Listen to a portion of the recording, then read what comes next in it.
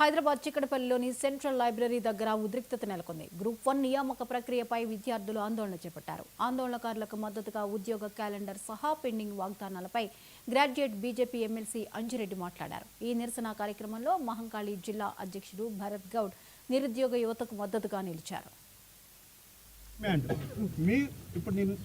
మా డిమాండ్ ఏంటంటే నిరుద్యోగుల తరపు నుంచి గత ప్రభుత్వం టీఆర్ఎస్ 2 సార్లు గ్రూప్ 1 వాళ్ళు చేసిన పేపర్లు అమ్ముకోవడం వల్ల 2 సార్లు క్యాన్సిల్ అయింది. అప్పుడు మమ్మల్ని దెబ్బతీసారు. ఇప్పుడు కాంగ్రెస్ వాడు వచ్చి వాడు జాబులు అమ్ముకుంటారు. అంటే వీళ్ళు అంత దొంగలేరు. ఇవాళ మీరు బీజేపీ తరఫున వచ్చారు. మీ బీజేపీ పార్టీకి చిత్తశుద్ధి ఉంటే ఈ గ్రూప్ 1 సంబంధించిన కేసు సిబిఐ తోటి ఎంక్వైరీ చేయండి. అప్పుడు మీకు మేమందరం యాన్సప్ చేస్తాం. అదొక ప్రధాన డిమాండ్. ఇప్పుడు ఈ దేశ చరిత్రలోని గ్రూప్ 1కి 2 హాల్ టికెట్లు ఇచ్చింది కాంగ్రెస్ ప్రభుత్వమే. అంటే ఇలా కాంగ్రెస్ని టీఆర్ఎస్ నమ్మే ప్రసక్తే లేదు.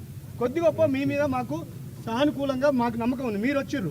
మా ప్రధాన డిమాండ్ ఏంటంటే మీరు మా తరఫున ఫైట్ చేస్తే ఎవరైతే మా నిరుద్యోగులకి విద్యార్థుల తరఫున ఎవరైతే ఫైట్ చేస్తారో వాళ్ళని మేము ఎత్తుకొని గజమాలతో స్వాగతిస్తాం.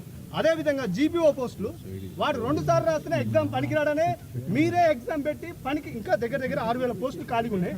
ఆ 6,000 పోస్టులు కూడా ఇన్ఛార్జ్ పనులు ఒక్కొక్కరికి జీపీఓకి 3 గ్రామాలు అప్పచెప్తారు. అంటే మీరు ఏం సాంకేతిక ఇస్తారు? ఇంత గొప్పగా ఉన్నటువంటి తెలంగాణ రాష్ట్రంలోని అది మాకు కాకుండా మా నోట్లో మన్ను కొట్టిరు. మేము ఒకటే ప్రభుత్వం ఏదైతే ఉందో ఎవరైతే గ్రూప్ 1 ఎగ్జామ్స్ రాసిరో 3 లక్షల కుటుంబాలు ఎన్నో సంవత్సరాల నుండి గత 10 సంవత్సరాల నుంచి వాళ్ళు గ్రూప్ 1 ఎగ్జామ్ పెట్టిన ఎగ్జామ్స్ కూడా పేపర్ లీక్ చేసి వాళ్ళ జీవితాలతో ఆడుకున్న ప్రభుత్వం. అదేవిధంగా దానికి 60 పోస్టులు యాడ్ చేసి 563 పోస్టులు గ్రూప్ 1 ఇచ్చేసి ఏదైతే తెలుగు మీడియం ఉందో తెలుగు మీడియంలో అవకతవకలు, అదే మీద తర్వాత వర్టికల్ అని హారిజంటల్ అని ఏదైతే ఉందో హైకోర్టు ఇవాళ మొట్టికాయలు వేసింది కాంగ్రెస్ ప్రభుత్వానికి. ఒకటే చెప్తా ఉన్నాను, ఈ నిరుద్యోగులు ఎవరైతే ఉన్నారో ఇక్కడ రాజకీయాలు చేయడానికి రాలేను. రాజకీయాలు ఏంటంటే 30 లక్షల మంది నిరుద్యోగులు ఉన్నారు. ఈ 30 లక్షల మంది నిరుద్యోగులు ఏదైతే ఉన్నారో ఒక ఆశ వాళ్ళు హైదరాబాద్నే ఉంటూ నేను 80% ఒక జాబ్ సాధించుకొని నేను బయటకు వెళ్దామని ప్రపోజల్ చేశారు. వాళ్ళతో ఆడుకుంటా ఉంటే గత ప్రభుత్వం ఆడుకుంటుందని ఈ ప్రభుత్వాన్ని ఎంచుకుంటే 20 నెలలైంది, 22 నెలలైంది.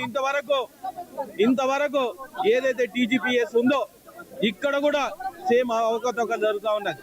అదే యూపీఎస్ ఏదైతే ఉందో union public service commissioner every 6 నెలలకు ఒకసారి జరుగుతూ ఉన్నది. ఎక్కడైనా లీక్లు అవుతున్నాయా, ఎక్కడైనా ఇబ్బందులు అవుతున్నాయా?